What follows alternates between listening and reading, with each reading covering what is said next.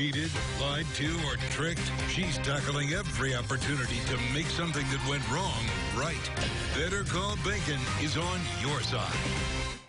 There is more trouble tonight for a pool company accused of selling more pools than it could finish. Our Better Call Bacon investigation first exposed hundreds of unfinished pools, and now some customers are learning that they may be on the hook to pay some of Olympus's, the pool company's, unpaid bills.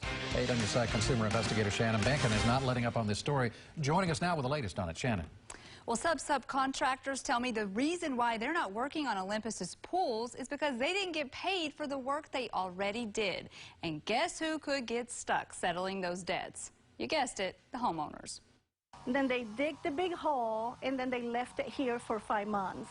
Alicia Noble's backyard looked like many other Olympus pool jobs, an unfinished mess. Now that it's nearly finished, a new nightmare is starting. She's received 3 certified letters from subcontractors claiming Olympus failed to pay them for completed work, which means liens could be placed on her home, even though she paid Olympus more than $60,000 in full. This is the biggest investment pretty much a person can do in their home. In a lifetime.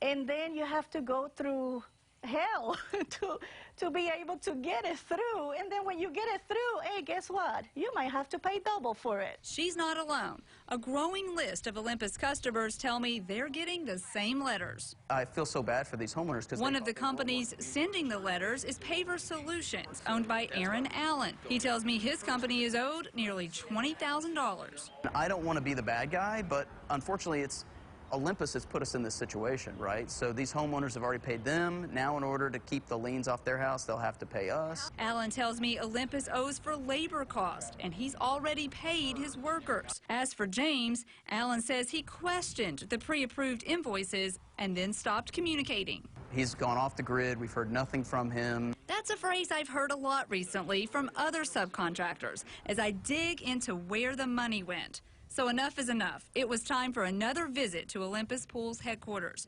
I waited for James to come to work. Once he was inside, I knocked on the door. Hi, I'm Shannon. I was here to see James. Is he around? I was greeted by a polite employee who told me James wasn't there. When I pointed out I can see his truck and explained I saw him walk inside, he said he'd check again. A few minutes later, he delivered the message. The boss was officially not there. So I left, disappointed in James's response, much like many of his customers and subcontractors.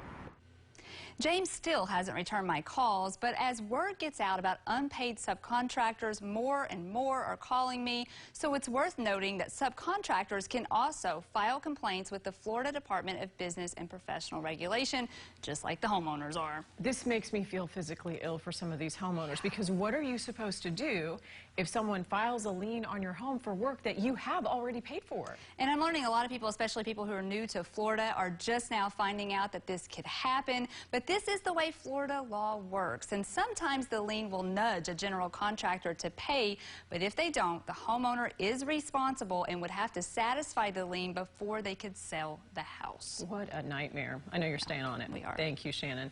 If you have a problem that needs solving, better call Bacon. You can reach her on Facebook at WFLA Shannon or give her a call. The number is 1-855-BANKIN.